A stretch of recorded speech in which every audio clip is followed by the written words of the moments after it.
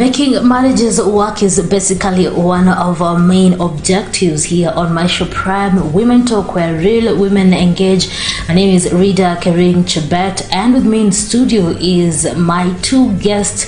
We have Sarah Murithi, a counselor, a mom. She is also a wife, na pia kusahau ni mama wa kanisa. Karibu Sarah. Yes, sir. And also we have Irene Mbobushebi, a counselor. She is a mother and she is a wife, and above all she is a pastor. Welcome, Irene. Thank you so much. Yes, and you can engage with us Facebook and YouTube. We are live Facebook, Maisha Television Kenya, and YouTube Maisha Television Kenya, Instagram and Twitter at Maisha TV KE, or you can communicate to us via our phone number, which is 0746 999 841. And remember, you can do three things with that number. You can text, you can call, or you can WhatsApp. We've been talking about marriage for quite some time now, and in our last program we talked about the role of a woman as a mother. And thank you so much to you, our viewers, for the immense feedback. Some of you asked questions, and today Sarah and Irene are going to answer your questions in depth and ensure that at the end of the program you're satisfied, and we hope that the solution itapatikana. So we will tackle some of your questions, and you'll bear with me, I'll not mention your names, and also some questions I've restricted them nje ileweke vizuri, so I know that you will know swali ambayo inajibiwa ni yako, siku alter sana. So let's start with our first viewer. Anasema that is there effect on child's behavior or upbringing if he or she is raised by a single parent, that is, one parent is putting more effort than the other? Let's start with Irene. It's okay. I think maybe Ashura here is trying to say one parent is putting more effort than the other, meaning maybe they're not staying together. Let me assume so, because they're talking about a single parent, and then one is, because I believe and I know that there are some parents that you find they're staying together, but it's like the other one is an absentee. Yeah, so there are those cases also. So we are just going to answer this on a general purpose, like yes, if you're raising a child one-sided, then you'll find some effects that are not right, because the intention of God was that the two of us are supposed to raise this child. So when you come to a point whereby the child is realizing that one of us is not very active, then this child will try to do things to show that, this is the one who has raised me and not the other one. Mm-hmm. So we'll find that there is that character shift in terms of who is very active. And so, yes, we'll have those things, because at the end of the day, whatever was meant to be is not done. And once it's not done, it means that there is something that is going to lack. So ultimately, this child, you'll find that if it is a mother or she's a mother who is raising the child, then the child will tend to do a lot of what the mother is saying, mm-hmm. and forget or not just do what the father is supposed to do in terms of raising this child, because the child has not seen the father most of the time. Or you will find that the child is trying to now be the father in this case.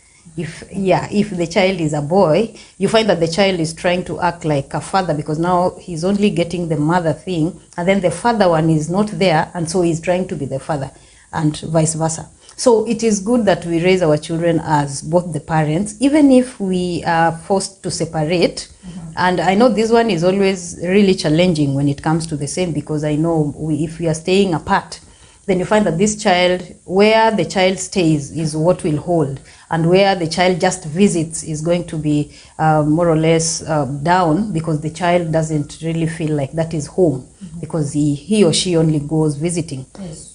So we'll have a shift of character in terms of who is being active. So that is why we are saying it is good that both the parents, you become, so if you're finding that umelegea sana, tafuta nafasi, you can just even take your time off job and then come stay with the children. They'll feel, this parent is with us. But if you just assume that everything is okay because maybe the mother or the father is taking care, then you'll find that there's something that the children are trying to show you that, you know what, you've not been there for us. And for the children of today, they'll even just tell you openly, Daddy hujakuwa, mamia uko, sisi hatuja kuzoea.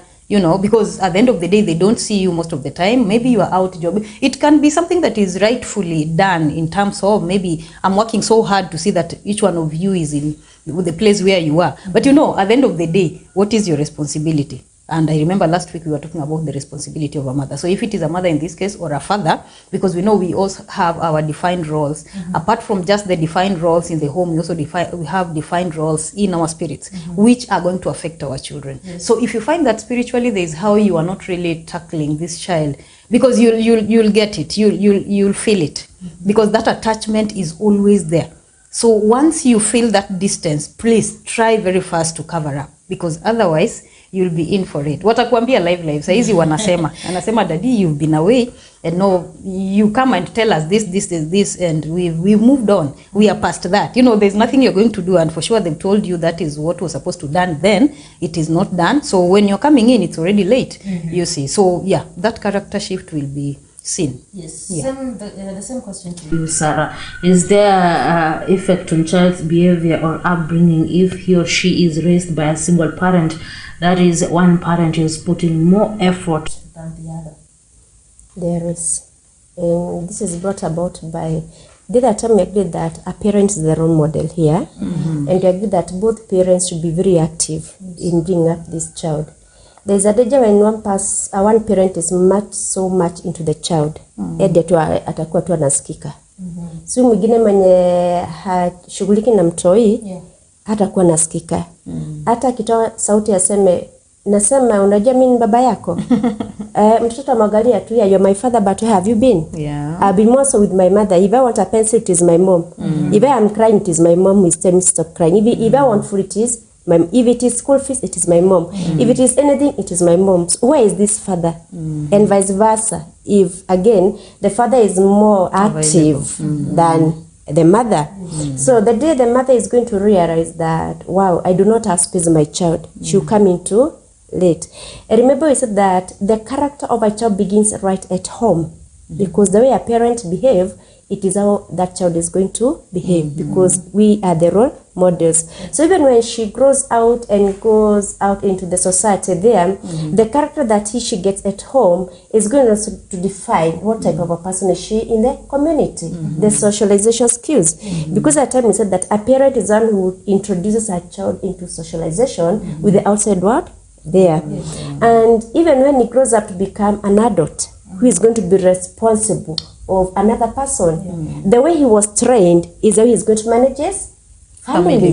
He did not manage it in any other different way. That is how he was trained. And this is what we are saying, the effect, the character being gotten from down there. So if he was trained by two parents, but one more singularly than the two, when he bring up a family, I'm sure the dominant character will be singularly in him.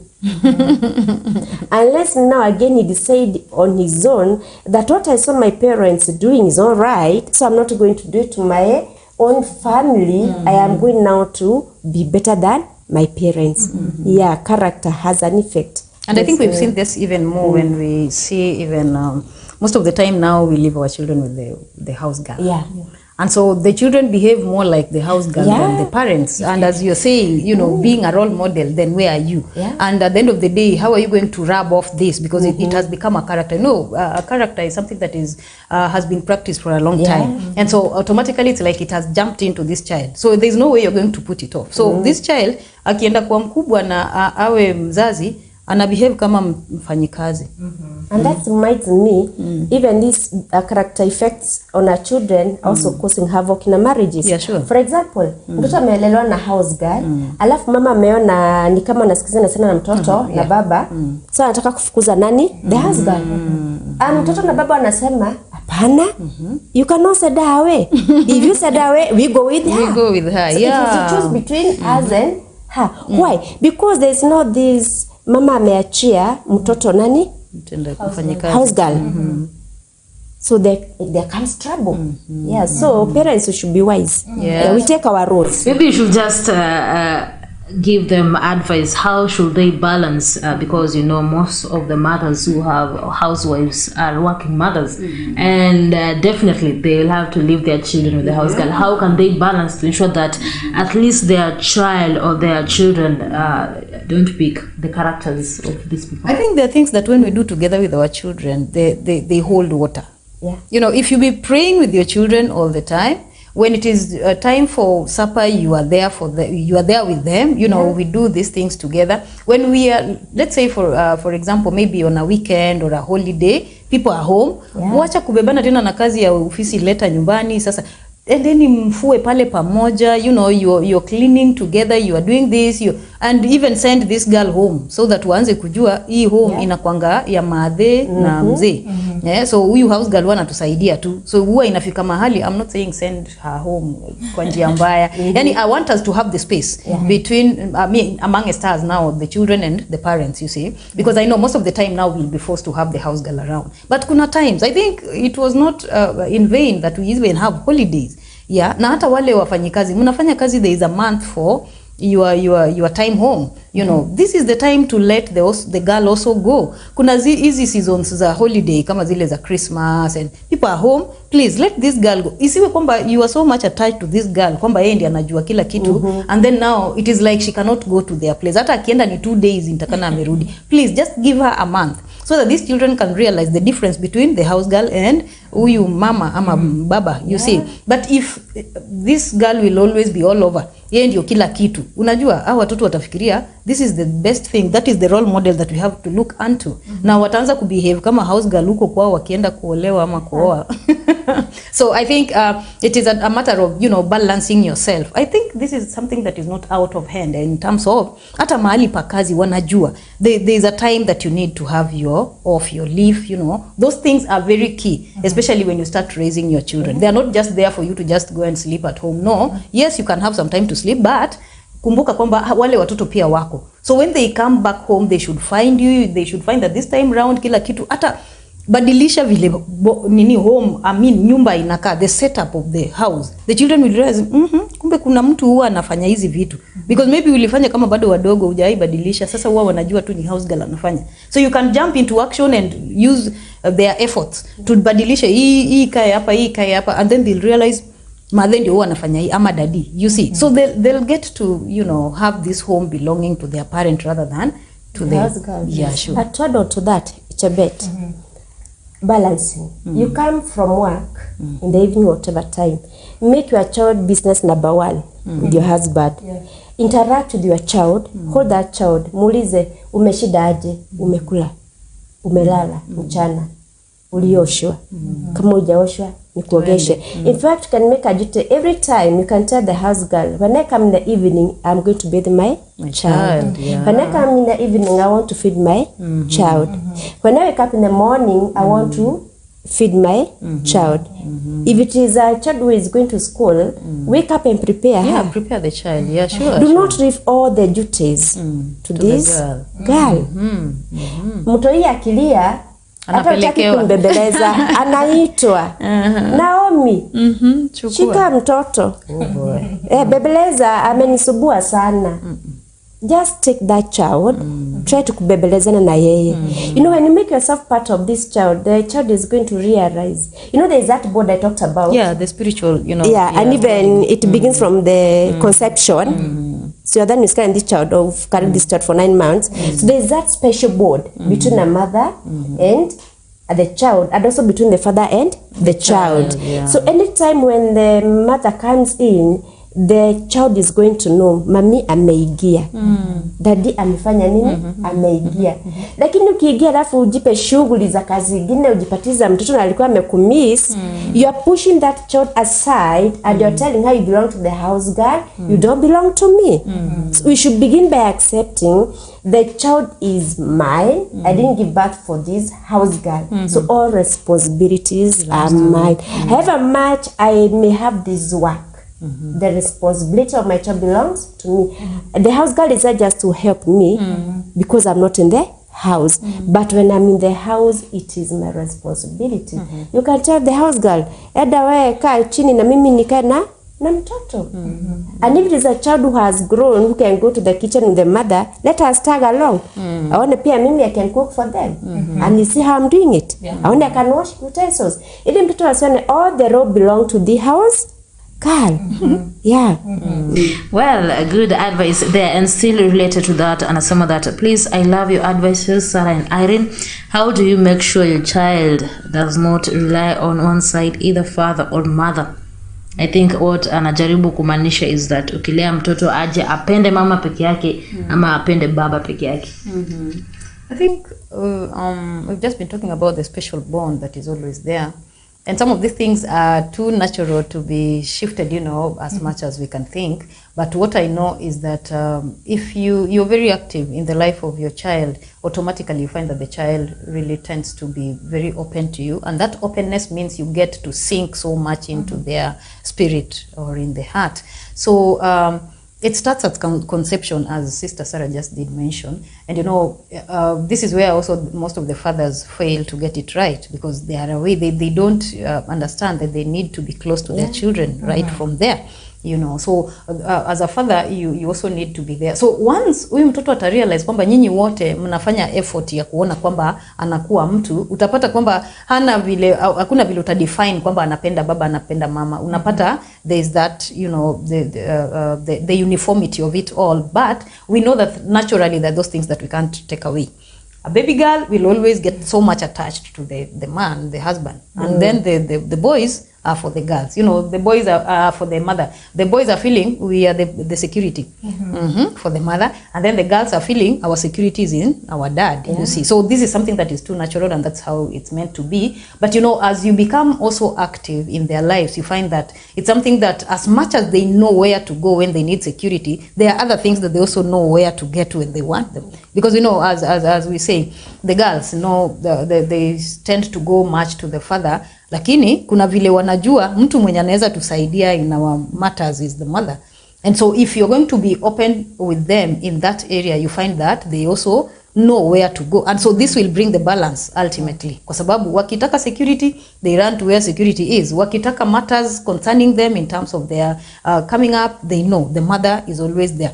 I see, like in my family, most of the time they go to the father, yes, but whenever they need something, utasikia mami. Ukiwaambia enda kwa dadi, wanasema mami wewe ndio unaweza ambia dadi. You see, so it's like they automatically, there's how that balance is created when we know how to play our roles as the father and as the mother. So we'll not have that real shift. Kwa sababu saa zingine huwa tunaona kama watoto wanapenda baba, so we let that be. Utapoteza kwa sababu hiyo nafasi yako utapata inaenda and it drifts, and there's a big gap that is left there. So the moment you realize that there's that thing that they need to get from their father, then as a mother also there's something that you're going to do so that they also make that balance. Kama wanahitaji lazima watakuja kwako. I'm not saying that tunagawa watoto, but I'm talking about our responsibilities. Once we run our responsibilities well, hatutaanza kuona those deviations. By the way, that is because of love, and because of love, when you sacrifice to do what you really need to do, which is your role, automatically hautaona kwamba mtoto ame-shift kwamba akienda kwa babake unafeel anapenda baba ama anapenda mama. But you'll feel that, you know, as a responsible parent, then watoto lazima wawe na baba, lazima wawe na mama. But when it comes to your role, make sure you play your role. Once you do it out of love, you'll find that automatically hautaona ile hali ya shift. Hautaona kugawa watoto kwamba huyu ni wa baba, huyu ni wa mama. To add on to that, it is our responsibility, we parents, the two of us, to make sure that our children, we bring them to love me, to love the father. At times you feel like a child belongs to the father or a child belongs to the mother because of how we handle this children with their issues. For example, a child may go run into the father asking for money, and then the attitude or the response that he gets from this father, it's just putting him off. So he goes back to the mother with the same issue, and the mother, with her understanding and being so loving, she gives money and she talks. You get? And women out there, please never discuss your husband with your child. Father out there, never discuss your children about your wife. You put a gap. If they are loving her, they stop loving her. If they are loving him, they stop loving him because of what you said about one another. To share your responsibility in this way, if your child comes to ask for money, give.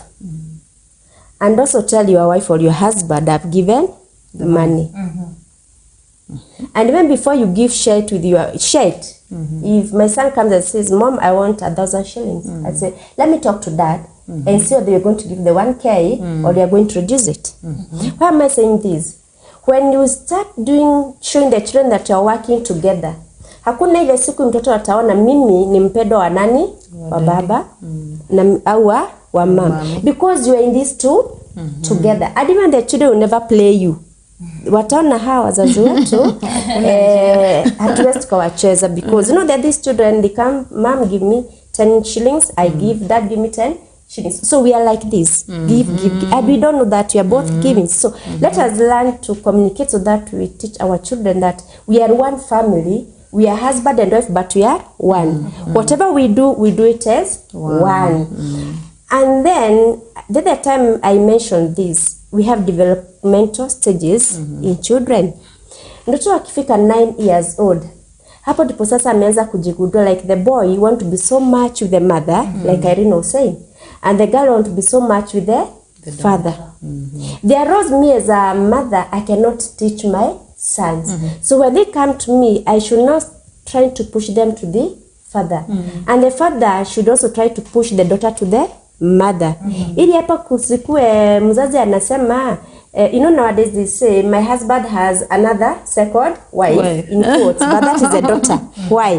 They are so much into each other. It's like you are kept aside. And it's the case of the son, they spend too much time with the mother, keeping the father aside. So when they reach this age of wanting to tag along with the opposite sex, now try communicate and say nona mtoto akinifuata kitchen na jue ni baba, you should also be going with him to a workplace or mpeleke outing ukimwongelesha maneno ya engage him about fatherly matters, about money, to be manly as an engagement to be wifely. So when we know where to come in, there is no way that you are going to feel that this child loves me more or this. And then there's another failure where we are failing. As a mother, I don't want to punish my child so that she doesn't hate me. So na push mzee wangu apanish mtoto ili mtoto achukie nani? Mimi nisichukue. Unaona? So let us discipline the children, the two of us.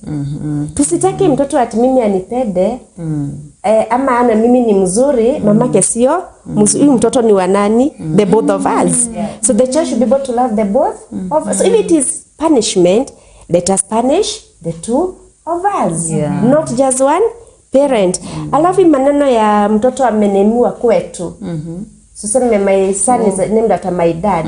So na shida nikimuonyesha nampenda hata kushida huyu mwingine, at you she is named after my side. It should stop. Let us teach these children to love them the way they are, and not to say ati sasa juu ni wa kwetu nampenda zaidi kushida huyu wa hisa, naye baba anapenda huyu kwa zaidi kushida wa kwetu. These things are life, they are real. I'm not just talking out of anywhere. And you know they are very much in the heart, like I'm saying, the spiritual thing. The spiritual thing. So when you do it with that attitude, automatically you'll find that it affects the children. Yeah, so find that one love is being shifted to one side, and you want the love to be two-sided, not one-sided.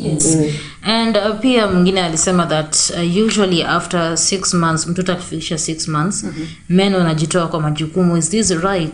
I think men should be advised on the same. I remember the other time you were talking about that wanaume pia wao wanapewa leave maternity leave they are given. Yeah, I think as we've discussed this, the parents are getting to understand. There's no level where you say that you're now shifting kwa sababu umemsaidia ya kutosha sasa. Kwani huyu mtoto ni wa nani? We can't describe. Now that's why unaona watoto wakishazaliwa the father and the mother look alike.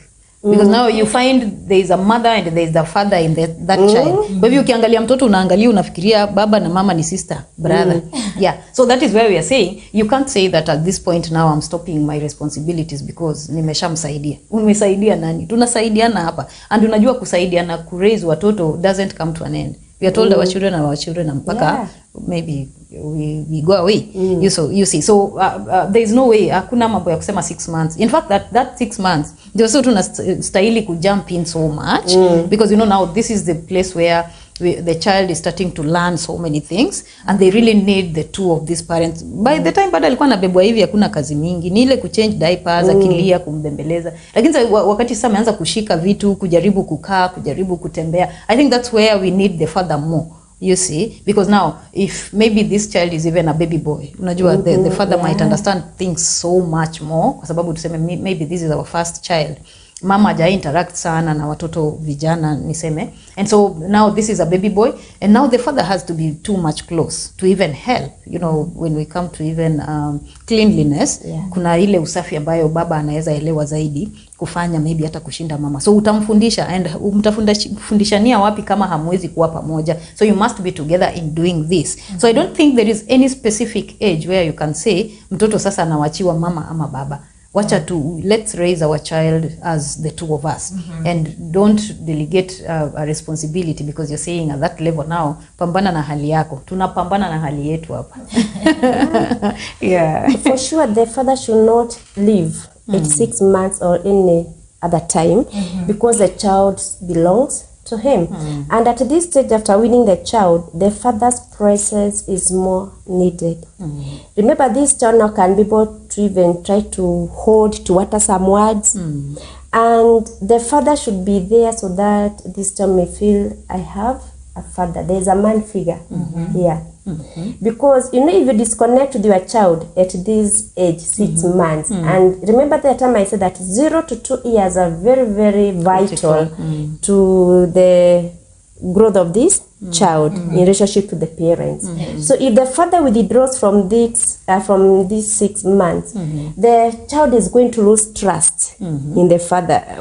Fathers, listen here very kindly.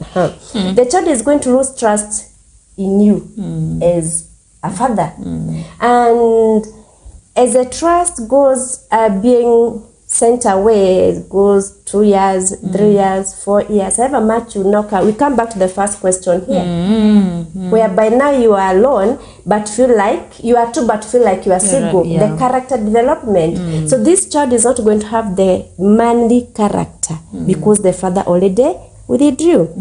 And then he's going to come into this early teenage age, 7, 8 years, 9 years. Where is the father? His son should be trying to teach the son or the daughter how to behave, because she is growing. This is where the child is discovering her organs. And the more she's discovering her organs, she's seeing that the girl and the boy are different. And so she wants to know how the organs are used and why they are there. Or she wants to know why my mother's organs are different from my father's organs. They are going to ask questions. At this stage, they are not shy. And if the father is not there to answer these questions, so this child is going to ask those questions out, and of course the answer he is going to get, he's going to get very good answers, and he's going to implement on those good answers, because when they are good answers, they are not bad answers. But if the father was here to talk about it openly with the son or with the daughter, and to say what the organs are for, he has shaped the life of this child. So at no point should a father withdraw from his responsibilities. Come to teenage age. This is where even we are absent parents, because I was talking about the other day, teenagers, we see them now, they have grown up, because they can be able to decide on their own, they can engage in politics, they can engage in discussions with adults, and so we think that this is an adult, but yet is not an adult. You still need your advice as a father. Amepata a girlfriend outside there. Ama amepata a boyfriend. You are the first person who should be told I have a girlfriend or a boyfriend. So that you know how to tell him, is it the right time or not the right time? And how do you discourage it, or how do you encourage it? Because again, you don't want to come in and curtail the freedom of this child. So you should encourage the friendship and say, but make sure intimacy shouldn't come at this level. But if you're absent, we'll start again this adolescent, how things are done, or how friendship, relationship are carried out. Nobody. So no time a father should be absent from the life of his child.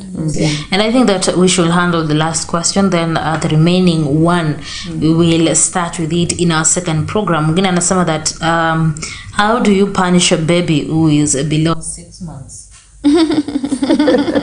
Below 6 months. I think we always do kaka pinch. Because mostly makosa yao sana sana ni kuuma mama akinyonya. Hiyo ndio makosa. Because the others akifanya automatically tunajua bado ni mtoto. So this one akiuma unafinya so that asikie ile pain. So every time there is that kuuma kuna ka pinch, Na unasikia hata akikuumba absent mindedly unaona naangalia straight kwa macho because anajua is the pain coming or not. Yeah, so that is how we train these children, and then they realize exactly that, you know, if you do something of this sort, there is something that you'll get. Kwa hivyo mtoto ni spirit, atajua. So akifanya hiyo kitu hata kabla hujamchuna huwa ashakuangalia kwa sababu anajua hiyo pain inakuja ama hapana. It's always interesting to raise children, you know. So mostly kwa sababu hawana makosa, tunaweza sema makosa kubwa sana because peeing kwako ni kitu kawaida kwa mtoto that age. So we can't say you can punish. Sidhani kama kuna kitu anaweza fanya sana apart from that. Yeah, kumuuma mama wakati ananyonya. So unless it's something strange. I don't think there's nothing strange because crying is normal because it's communicating. It's communication, by the way. And if your baby doesn't cry, there's a problem. There's a danger somewhere. So crying is a form of communication. Na mtoto akipupu si makosa. Mtoto akilia juu ako na njaa si makosa. Ile makosa ni ile tu unamnyonyesha nani chungu. Hiyo utachange your tone. Sasa hapa kuna kubebelezana. You just change the tone. Na the next time akiuma tena change the tone or do a little pinching or a little spanking, si sana. Just slightly. Natajua kumbe yenye nafanya sio si nzuri. Si nzuri. So the next time he breastfeed akitaka kuuma atakubuka haya. Because I said they feel through their senses. It's not that because it's a baby he doesn't understand. Yeah. They do understand. They have the 5 senses that we have. So he does understand. And that is where you can begin discipline by what we are saying. Change of tone. Kama umekuwa unaongea soft ukiumwa that is not good. I know somebody is asking that because you do age watoto ulia sana. So I imagine something has to be done. How do we do this? So that it doesn't stop crying. Yeah, but I think you have to check out whenever unapata mtoto that age analia kuna mahali kuna shida. And mostly we are having the colic thing and all that stuff. Maybe there's a problem with, you know, some of these things. Lakini hiyo kulia huwa si ati kuna makosa. And some of these things are also spiritual. Kuna wakati mwingine anakuwa na spiritual attacks. By the way, that one something we also can't stop mentioning in this. And if you see this thing is just going out of your hand, pengine washamtibu hizi macolics nini bado, pray for the child. By the way, pray for the child. And this is also a time where we bring children for dedication, I think so that kama kuna some because I know in our traditional setups kuna vitu kama sijui kupeana watoto jina and wajana na mambo mengi, ukienda huko tutapotea. Yeah, because some of these names that you're even giving your children ndio majina mbaya. Kweli atanyamaza, lakini kumbe umeleta pepo ingine umeingiza hapo ndani. So please, even before you think of doing that, can you pray for that child or take these children for the special dedications that are supposed to be given so that the cry can subside, because we know God is able to do everything. You see, and adding on that, the discipline kidogo yenye tumesema, and mostly it is just because of that. Hatujaona kitu kingine sana ambayo inaweza fanya mtu discipline mtoto at that tender age. I can add something onto that. Yes. Having raised children also of my own. Mzazi out there, if you're having a young baby, do not kumzoesha kila wakati yako wapi? Mikono. Hapo ndipo pia atauliza discipline. Bodi mzoesha. Akilia tu pap. Hata hali umekachukua because now you are happy you are first time mother. No, I'm telling you the do utakuwa unamweka chini hivi. Atakuwa analia mpaka unamshaga. So that is also part of discipline. Don't rush to take to hold a child if he has not called for your attention. Let him relax or her.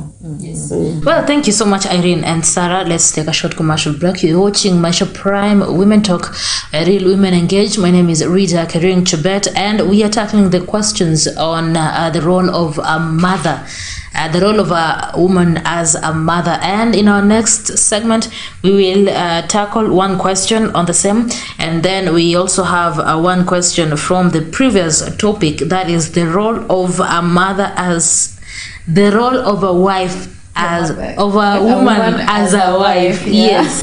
Well, we're going for a break, but you can keep the conversation going. Facebook and YouTube Maisha Television Kenya, Instagram and Twitter at Maisha TV KE.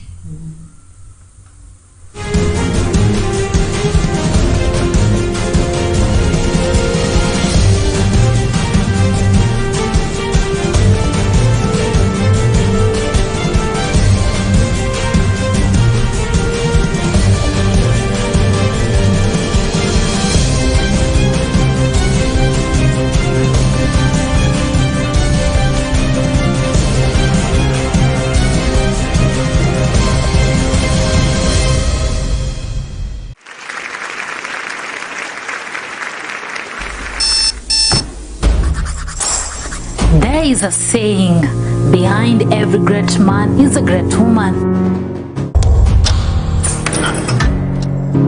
But there is a divide, a gap, a separation. It's about acknowledging the unseen efforts, the disparity, and expectations. Support. What does it mean to have support? To give support? To live without support? It's time that support goes both ways. Because beside every great man is a great woman.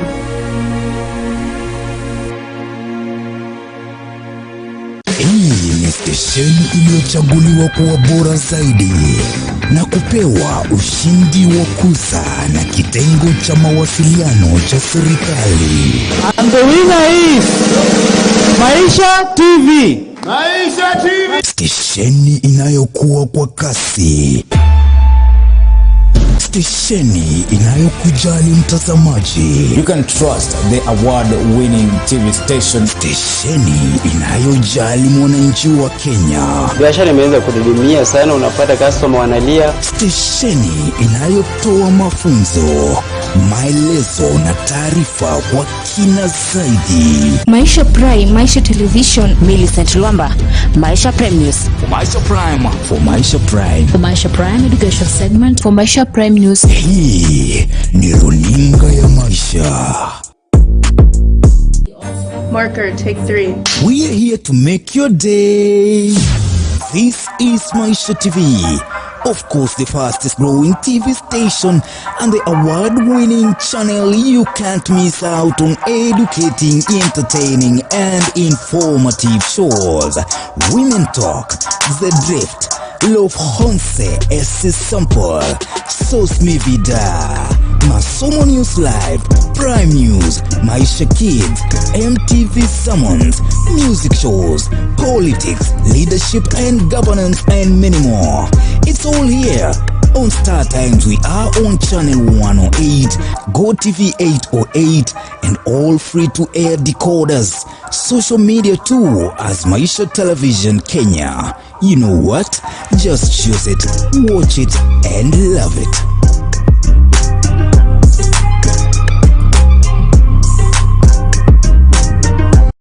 This is the place where it all happened. The stories that continue to change our country. And at present we have got one student who is now at a BBC World Service working. These are the faces we see. Business studies. Is Madam Susi Masava. Walter Usolo, Shem Bilembo. The voices we hear. Glad you're tuned in. You're still tuned in to Maisha TV. Now every day here on Maisha Prime News, we air feature from different schools across the country that have revolutionized societies through education. This is who we are. One channel, one bulletin. Masomo News Live. Join us every Wednesday at 7:30 p.m. for Masomo News Live, exclusive to Maisha TV.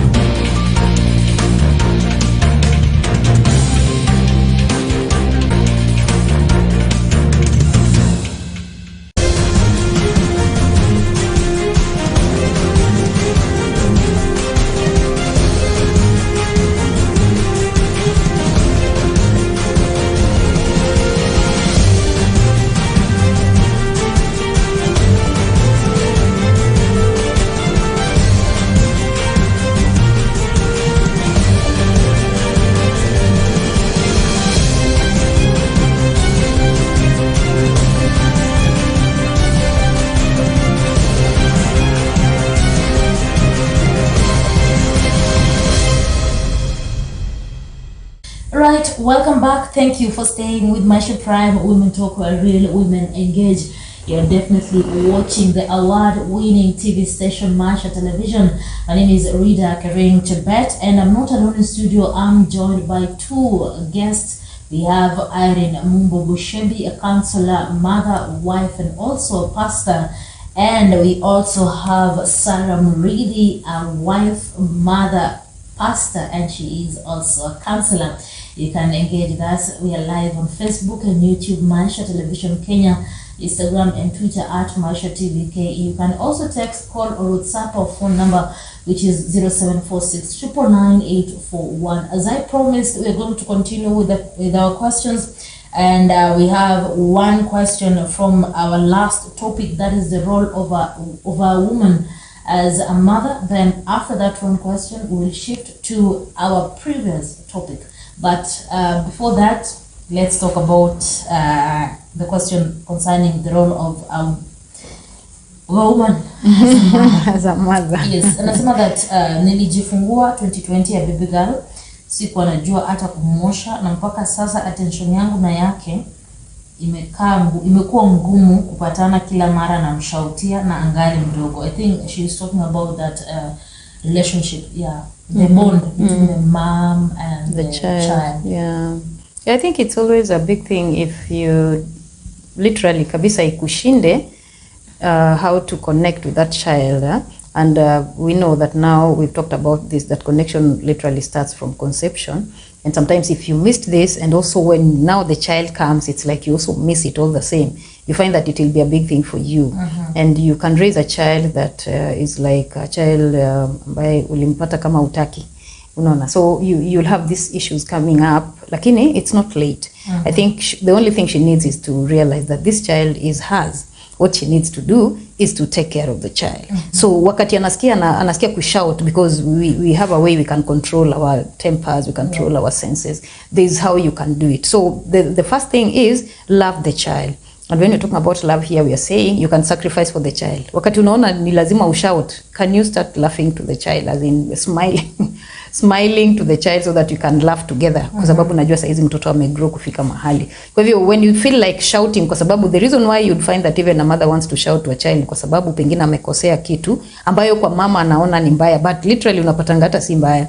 Pengine mtoto amepii na mtoto, when you know we have mtoto amesusu, sasa si makosa yake, because now what is going to happen, lazima umfundishe, because everything comes from whatever we've just been talking about, the discipline and training this child.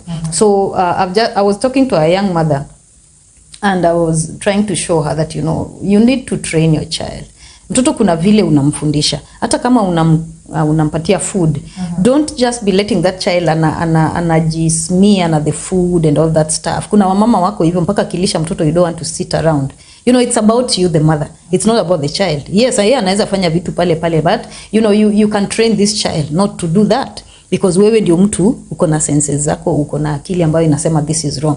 So this is how we train these children. So if unajipata kwamba akifanya makosa you only want to shout and not to help, then ujue there is something that is wrong. So you need to come back to your senses and start reorganizing yourself in terms of ukiona amefanya kitu ambayo unaona ni mbaya, but unajua literally kama mtoto lazima afanye hivyo, then come back to yourself and do what is right. Train huyo mtoto awache kufanya hivyo. You see, so for this mama, I know it's the bond that is still missing. So what you need to do, and hakuna mtu mwingine ataifanya, mtoto ajui jinsi ya kuifanya. Sasa itabidi ni wewe. So as you've realized, I think before you even ask this question, it's like you've realized there's something that is wrong. So what is wrong is that you never bonded well. So you need to now bond. So how do you bond? You have to get closer to this person so that you can bond. You have to get the love in between the two of you. Na wewe mwenye uko na the other sense ndio utajua cha kufanya. The child doesn't know what to do. So it's about you, the mother, to know what to do. Before you shout, look at that thing once again, chenye mtoto amefanya, ndio ushout. Utapata hata hakuna makosa. Amefanya kitu yenye watoto wengine pia huwa wanafanya. So what you need to do, maybe if just a discipline, kumuonyesha cha kufanya, rather than shouting to that child. Or just taking a kiboko na spanking. Because you can spank na pengine it was not for spanking, it was just to show that child, never put this cup here. Please, next time put it here. Mwambie hata chukua, weka hapo. Utaona anafanya. And then at the end of the day, you realize, kumbe, why was I even spanking the child? So it is about you getting out of that box of not bonding with the child and now start bonding. I know it might not be a very easy thing, but you'll be learning along the way. Kwa hivyo, ndani ya moyo wako ukisha decide kwamba I want to love my child, I want to bond with my child, utapata it starts flowing. Because I know the mindset is the problem. So once your mind was set like, mtoto sijui amenikosesha amani, like if it is the first child, I know wakati mwingi unaona maybe your classmates or people that you are with pengine bado they are hanging out. So unaona ningekuwa sina huyu mtoto, I was supposed to be in such a place, I can't go there. So umejua those are the reasonings, and that comes from your mind. So your mindset is still not put in its rightful place in terms of now I'm not those people, I'm this mother. You see, so once you wash out your mind and know that this is what I need to do, it will be easy for you. To chip in onto that, Chebete Dairen, the question is, I have had it. Nilizaa mtoto siku anajua kumuosha. Nimwambie a first time mother does not know how to wash a baby, asijihukumu. Hata sisi hatukuwa tunajua. Na ukikashika hivi hata kuvalisha hiyo nguo unabebeleza kwa sababu na kama shiko itafanya nini? Itakatika, of which you not kukatika. Now ile ambayo inamjalisha hapa sana is the bond with this child. And every time she's addressing the child, she's shouting at this child. Mama, kumbuka ya kwamba wakati unapomkemea mtoto wako unamtupa bali na wewe. Hata kama juu ni mtoto wako atarudi kwako, but there's a mark that you've put in this child's heart. Ile mark ni kuona like you don't want her, you don't love her. But kwa sababu watoto ni wazuri sana, hata ukiwakosea bado huwa anasahau na anakurudia. What I can advise you is ask yourself, why do you shout at your child? Are you stressed by something? Mama akiwa na stress kwa kichwa, kushout lazima, hata kutaandika it is very easy. You beat this child out of no reason, yet ni stress ambazo uko nazo. So ni ujiulize, is baba mtoto absent or present? Ili usiwe unashautia mtoto kwa sababu ya stress zako na mume wako ama your boyfriend.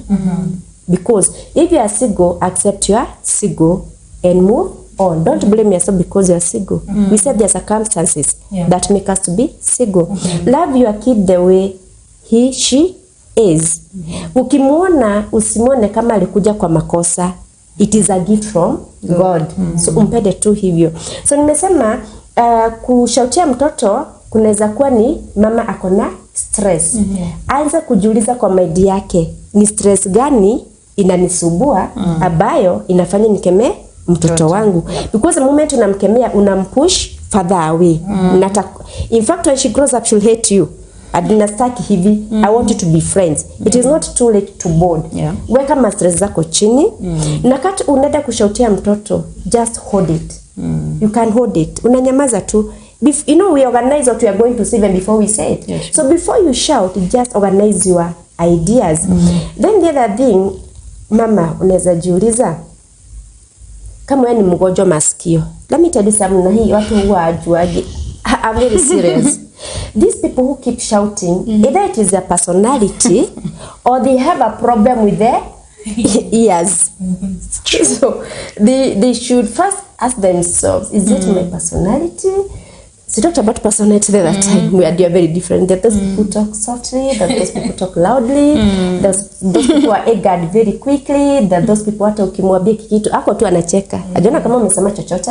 Mwingine sema tu kitu hivi pap ashawaka. Mwingine masikio yake haisikii kwa ubali. So you have to shout.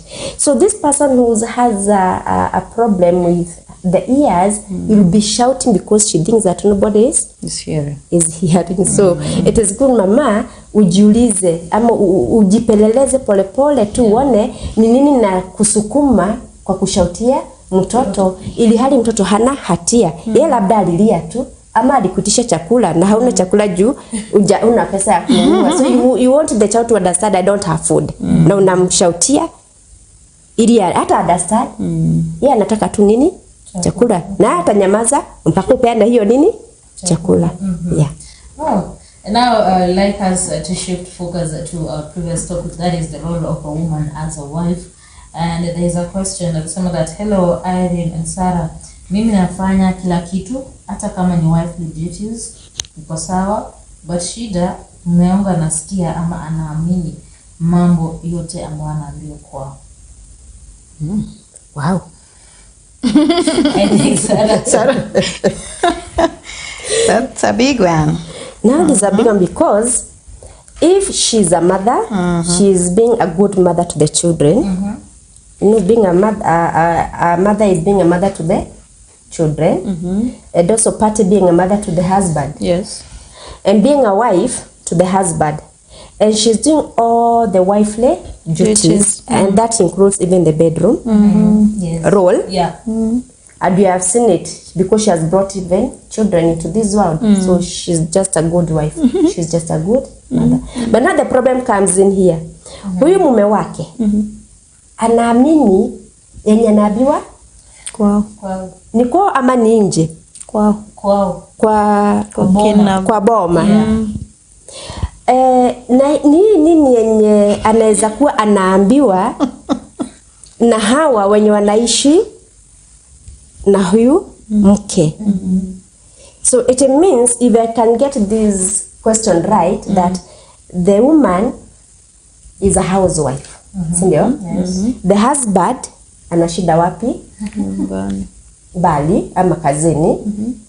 Akirudi anagojea labda sisters-in-law, brothers-in-law, father-in-law, mother-in-law. Ama anapitia kwa mama. Ama anapitia kwa mama kabla ingie kwake.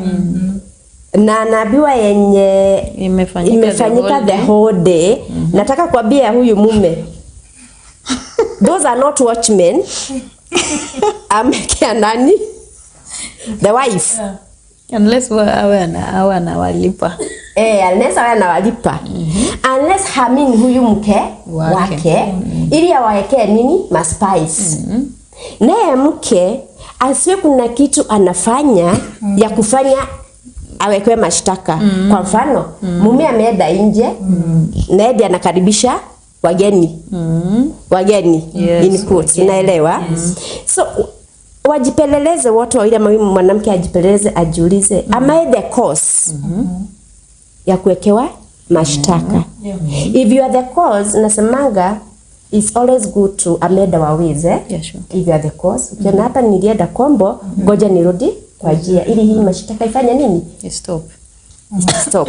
Because we want peace in marriages, and marriage is built on two things, wisdom and understanding. Be very wise mwanamke mwenye unakuja kustakiwa. Ujiulize hii mashtaka yenye inaletwa, have I contributed to it? Nawe mume, understand your wife. Ukiletwa mashtaka, siwe ndo ulimuoa. Kwa hivyo unamjua.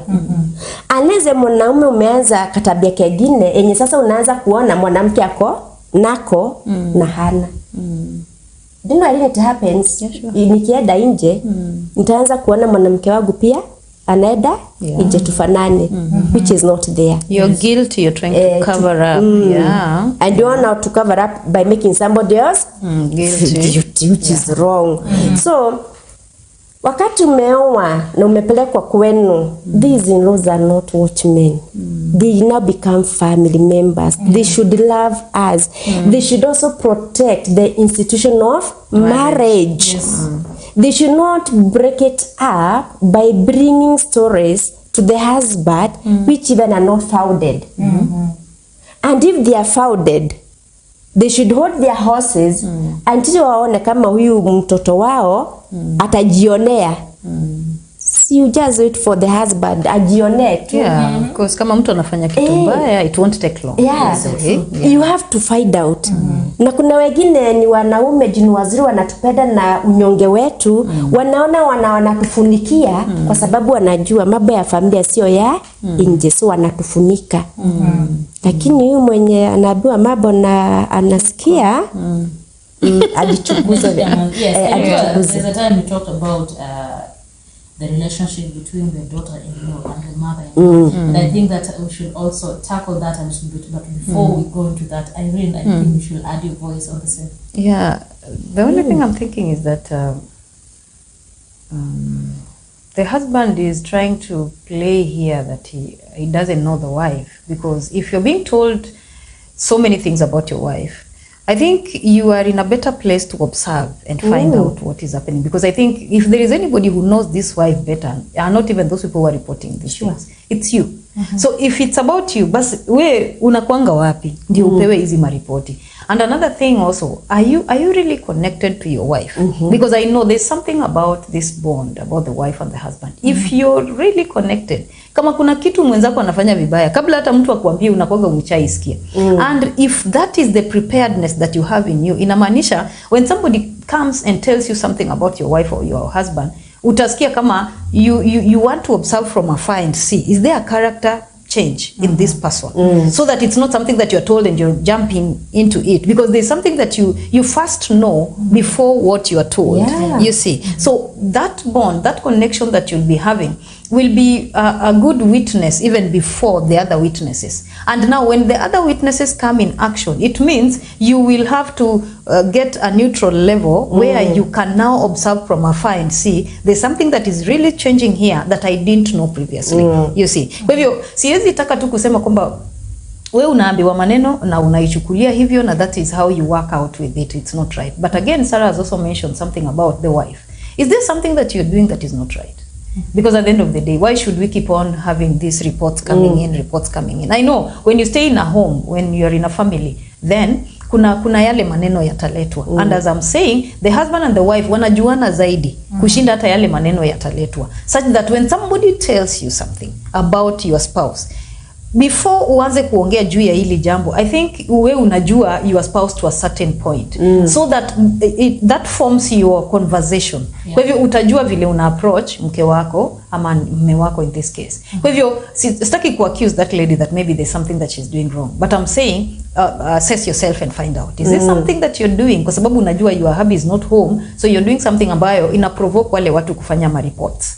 Because I know at the end of the day, vile tumesema, the boys are always hooked up to their mothers, and automatically if you're staying in a compound almost the same, they'll always be there with their mothers, and there is something that automatically will be said. Hiyo sisemi kama ni uongo, kuna kitu ataambiwa, na kama ataambiwa sasa yeye ndio the determinant here, because I think he knows you better than what the mother is saying, because mostly maybe we'll find that the mother is trying to accuse maybe the daughter-in-law who is there. So when these cases come in, the husband has to be in a place where yeye anajua mke wake vizuri na anajua mama yake vizuri, ama the sisters-in-law and the brothers-in-law, such that kama kuna ripoti imeletwa, then this person will be in a position to come up with a decision.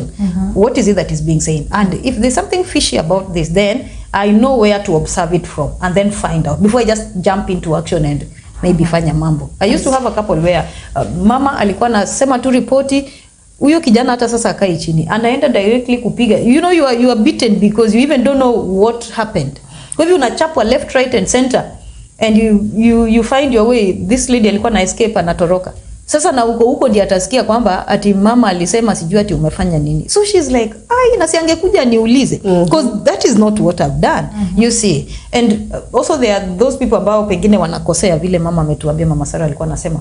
And if you know wewe uko na makosa, then rudi chini and even go back to your husband wakati unajua hana mambo mengi kwa akili yake. Talk about this thing. I've been doing this and this and I know it's not wrong, and that is the basis of all these accusations. Na utapata your husband comes back to that position that he used to be. But kama ni accusations ambazo pia si sawa, then you have to also think about dialogue. Yeah, talk to your husband when he's sober. Jaribu kumleta katika nafasi ile ambayo mnaweza ongea mkapatana vizuri. Chepela miatsam ifai cross. Kuna wengine huwa anakiuziwa kwa sababu aliobauga akakata kupeana. Unafanya something wrong. Unafanya duka ya your in-law. Nyumba ya in-law ikuwe ndio show, utafanya kazi. Unakuja unajua your brother is working. Na analete. So unakuja kuomba. Lazima apeane. Na wewe unajua la you are married to my brother. Nikisema nataka kilo moja ya sukari lazima nipatiwe. Huyu mama akiwa ni yule wa kusema hapana, si lazima tastakiwa.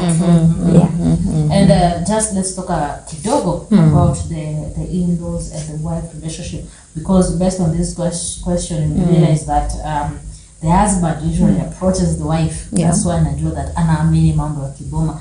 How should the husbands handle the issues or accusations from his family wakati yuko na the wife? I think just like we've mentioned ni kwamba I think the husband knows the wife much more. Na hivyo kama kuna jambo wamesema lazima akuje nayo from a point of, you know, just trying to maybe find out. Nimeambiwa this and this and this, what happened, so that he also gets the other side of the story. You know, so that isiwe ni jambo ukiambiwa wewe unakuja kutake action. How do you just take action before bringing somebody into dialogue? Kwa hivyo huyo si mtoto mdogo, si kama mtoto tunaweza sema ati huyu mtoto amepasua kikombe and then ni coffee tu atakutana nayo wakati anatoka shuleni. It's not like that. This is a grown up. Kwa hivyo kama kuna jambo imetokea, sit down with your wife, mwambie my brother is saying this. Is this what happened? And if not, then mlifikaje hata mkafika hapo? Unasikia? So once we have this dialogue, utapata kwamba tunapata, we get a resolution unto what the problem is. Kwa hivyo ni kusema whenever there are any accusations coming from the in-laws, there should be a dialogue, there should be a discussion, because you're dealing with a grown up. Mdosi wako kama umeambiwa kwamba sijui amefanya kitu, unatoka tu nyumbani unampiga ngumi. Si umepoteza kazi. So this is like just a grown up like that person in the place of work. Na pia you have some mutual understanding, you have some agreements, you have covenants that are putting you together. So when you have a covenant with somebody, this is not somebody ambaye unamtokea tu huko na unaanza no, lazima tuwe na tukumbushane hata zile sheria. Na tuseme tulisema tutafanya hivi na hii. Kwa nini umeenda kufanya hivi? You see, so that huyu mtu pia aone makosa yake, alafu anaweza kuwa katika position ya kurekebisha, unless amekataa kurekebika. Hapo ndio penye tunaweza sema somebody can take action. But you know, you can't just come from there. This is somebody we are having an agreement with. Somebody else has just told mtu mwenye tu kuingia in agreement with, because you know this in-laws and whoever they are, hawa ni watu sisi hatukukubaliana nao. Wakati nilikuwa nafanya harusi nilisimamishwa hapo mimi na bwana, tukaulizwa utakubali sijui kufanya nini na nini, hizo vitu zote huwa tunaulizwa na tukajibu. Were they there to answer for me? They were not there. So if they were not there, please, if there is anything that is cropping up, even them when they are reporting, please report from a level of kweli huyu ametufanyia makosa hii, just try to find out, kwa sababu wewe ndio tunakujua vizuri. In the case of a husband, the brothers will talk to the husband and say, this one is doing this in our home and we feel sorry, since when we started living here we've never seen such a thing happen. So please, kwa sababu wewe ndio ulikuja na yeye unamjua vizuri na pia sisi sasa tunakujua vizuri, we can talk to you, can you go and talk to her na umwambie whatever she's doing is not right, you see. But just coming from there, kwa sababu nimeambiwa umeshika kuku huku kwetu ukapika, hatupikangi wanawake hawapikangi kuku kwetu, kuku ni wababa ndio wanapika. So you know such a thing, and then you are given blows that are not supposed to be having no meaning. So I think there's a way into which the in-laws are supposed to communicate to their son, and then there's also a way in which this son is supposed to communicate to the wife, and this applies also to the wife from their place. Kwa sababu yeye pia kunaweza kuwa na mambo ambayo pengine hata yako katika boma ya the husband, na si kwamba yeye achukwane tu na hizi vitu na kupeleka kwao, amevuruga watu huko kwao. Sasa watu wakitoka kwao wakikuja kwa this other family, they are chaos. I don't think so. You are the two people who are joining these two families. So in case there is anything, it has to be discussed between the two of us first. We see how to handle it. We see where there are mistakes so that we correct it before we even put it the other side or the other side, you see. So when it comes to in-laws, it is something that we have to deal with in terms of they are people we respect, but we also respect ourselves as a couple. So before we start dealing with anything that is touching on us, the in-laws and all that stuff, we have to put this in consideration. We respect them, they also have to respect us. Na Biblia inasema vizuri sana, ndoa na iheshimiwe na watu wote. So it means everybody coming into our ndoa lazima akuje pale na the respect. Hawezi walk to in, ana walk in akienda wapi? This is ndoa yetu. Kwa hivyo ukikuja ndani, kuja na ile respect ambayo Biblia inasema iakodiwe that respect. So whenever you want to deal with us, come deal with us with people, as people who are respected, honored for that matter, and then we discuss this thing, and then we see where we've even failed. Sisemi kwamba huwa tukosei, tunakosea big time. But the thing is, when tumekosea, ni vipi mtatu handle kama in-laws? Sisi wenyewe wawili tutaji handle aje? And then now, how do we resolve this matter? Yes, thank you. In-laws should understand one thing, that yes, the son belonged to them before he got a wife. And the wives parents and siblings should understand, she was our sister before she got a husband. So these two people have come in together to begin their own family. And a family is a system, and a family has boundaries. So this couple should set boundaries. And one boundary is to disconnect itself from the in-laws. Not for sure disconnecting. What I mean is this: when you have your issues, before you rush to report to your wife, to your mother and your father, can you discuss it, the two of you? Before you rush to discuss your husband to your parents, can you discuss the two of you? Even before you go to your parents, see if it is out of your hands, can you look for a neutral person, like a pastor or a friend? Because if a husband reports the wife to the father and mother and the siblings, whose side are they going to take? Of course. Yes. Vice versa with the wife. Huyu ni mtoto wetu tumezaa, na huyu ni ndugu yetu tumelelewa pamoja. So let them put boundaries. Now the in-laws should always understand this person stops belonging to you the moment he gets a partner, though you are still connected. Na kama he is not interfering with your family, why interfere with his family? Na sio kila kitu ukiona una report. Zingine naambiaga watu fuga macho, maisha isonge mbele. You live in Stop peace. seeing. And if you see, as if you are not seeing. Yes. It is not everything you see and you rush to say. It's not everything that you see and you rush to report. There are things you just let them cool down with time. Could be they happen out of anger. Nawe huyu mwanamke ambaye ameolewa kwa huyu kijana, if you are the gossip type, and you find a mother-in-law who is a gossip type, do not join the gossip. Mutakuja kukoseana heshima siku moja. If you find your sister-in-law is a gossip type, anataka kujua yenye inatendeka kuhusu the brother, tame your tongue. It will be used against you the moment you say it. So let us hold our tongues. Let us discuss things that are not touching on the marriage. Because the moment umeingilia hii doa, you've become one person to break it apart. Na Mungu hataki hivyo.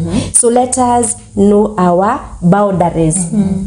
Where I'm supposed kukanyaga hiyo line, na ile line I'm not supposed kukanyanga. And when you do that, we are going to live in harmony. Na wanawake hapo nje mshike hivi juu. In-laws, we are there to live with them. And if an in-law was told to choose between me and their son, of course they're going to choose their son. They will not choose me. So who is going to lose? It is me. They are going to gain. So that I don't lose as a wife here, I must tolerate them. Nikiona weakness yao, nisije kuambia the son. Ndio ataenda awaambie. Nikiona weakness yao, nisiambie marafiki huku nje. Tunasemaga hata the doors has ears. Hii kuta zinakuaga na masikio. So nitaisemea hapa kwa rafiki yangu na itafika kwa hii familia. Sitanirudia mimi. So let us hold our tongues. However much unaona unasikia nimesukuma kwa ukuta nataka kuiongea na Mungu wako, ama wewe jiongeleshe kama mwenda wazimu. Itoke wapi? Kwa roho. So that don't have to go tell it to another person. Ile ya kusema ni yenye sasa umeona it could lead into depression. Na hata nasemaga hata kama unaenda kusema hiyo, ujue jinsi ya kuitoa kwa moyo. Na ni nani unaambia. These two things are very important. Jinsi ya kuisema na inaagukia nani. It might fall in the wrong hands. And if it falls in the wrong hands, you're still in the wrong position. I'm telling you and your in-laws, you never come to a meeting point. Na hatujaenda huko kuvuja uhusiano wa our sons or their sons. We are there to cement that relationship. So we talked about so much about in-laws when we began the show, and I came in we talked so much about this, you know? So we have not gone there to compete. Sasa ni mwanaume wangu. I'm done with control or I have power over him. You do not have power over him. Now anasema he is our son, he is our brother, we have power over him. It is not a battlefield, it's a marriage. And then the bond we were talking about, Yes. you know, that bond is something that you can't break. And you It's a cannot godly break thing. it. You know, so once you realize that, it will give you the ease Yes. of knowing how to deal with these people. Because at the end of the day, you are going not to remove their son amongst them. Yeah, you know. The issue of this husband of yours being their son remains intact, remains you know. intact. So when you're doing everything, you do it from a very careful point of interaction. Because, you know, at the end of the day, ni wewe hapa. Sababu anything breaking off, watasema, this inferior one, this, the strange one is the one who has brought this, hatujakuwa na hii. Kwa hivyo wakati una deal na any issue, automatically, I've seen many, by the way, deal with many mothers-in-law and daughters-in-law. Unapata wakati mwingi wao wanasema, mi mtoto wangu hajakuwa hivi. Tangu aoe ndio amekuwa hivi. Yeah, so the thing is that bond speaks louder. Yeah. But you know what, we still have this other bond. So if you want that bond to bond into the other existing bond, then you have to make this be right. Kati yako wewe na huyu mume. So you have to make it right so that iende link na the other one, as if that is why the Bible says the wife and the husband will become one. Kwa hivyo lazima ujiattach kwa ile bond ya huyu mume, ili ikienda kuingia kwa familia yao as their son, mnaingia huko wote as the son. Sasa usilete that separation as I'm the wife here, this is the son, but we want to get in this bond and get into this it will not work. So you must bond to the husband, now you are husband, and go there as a son. Yeah. But if you're going to go there as a wife, it will not work crash. for you. Yeah. Yeah, na tumekuambia they will not pick you over their son, of their course, son. yes, yeah. Na please, yeah, wanawake, let us avoid conflicts because we can avoid conflicts avoidable, yeah. It's avoidable. Penye tunasema hata ukuje utusiwe because some mother-in-laws are good at that. Unajua hajajiandika hapa chebeta tulikitembea inasomwa nilitusiwa. Kesho you are a new being, just go. So ngoja iingie itoke kwa isikio ligine. Go your way. And go na usilete hiyo ati Julia Bioki kitu na you know usilete bwanako. He was not there. Hata labda hajui. Na unamgoja tu ati kwa sababu ni ajua na mama yake ama na baba. Wacha hata siku nyingine akutane nayo huko kama wewe ulinyamaza. You know, sometimes you're told things that you assess this thing that has been said and then you're like sasa hata hii nikirudisha huku ni kelele tunaendelesha. So what you're going to do at my point, wacha inyamazie hapo na iishie hapo. Sasa kama ataikutana nayo, wacha kutane nayo huko as a family, and then wao wanajua vile wamekuwa kideal na conflicts zao, not about me, because if at any point it will be found out that it is you who then brought it here na huyu tena kaichukua karudisha huko, you are in the hot soup, my friend. So what you're going to do is wakati umeipata, silence it at your level, and then whatever way wacha kutane nayo vile atakutana nayo, wanajua vile wanasolve. Unajua Saminoza anajua kuchoma trigger. Yes. They didn't know how to play it. Ili wana leo unawaka unakia mtoto wow. Unachoma msitu mzima. Nakwambia wanawake tuwe wise, tuwe revu. Unakuwa kiberiti. Tuwe revu. Hata ikikuja tu, hata kama ni ile unasikia uwezi ukavumilia, chukua maji kwa mdomo na nyamaza. Na aende. They remain to be in-laws. Well, asanteni sana. I hope that our viewer from Kakamega umeridhika na hiyo jibu. And I think we're going to stop there for today. In our next program, we'll still be talking about marriage and how to defend our marriages. I know that tumeongelea some of it, but in our next program we'll tackle in terms of financially submission, patience, sacrifice, compatibility, and also how to deal with the in-laws. So thank you for being with us. My name is Rida Karim Chebet, and you're watching Maisha Prime Women Talk, where real women engage. And my guests were Irene Mbobushebi together with Sarah Muridi. We are live. You can get this conversation on Facebook and YouTube, Maisha Television Kenya, Instagram and Twitter at Maisha TV KE. If you have any question, any feedback, you can just text or call or WhatsApp 0746 999 841. Enjoy the rest of the broadcast.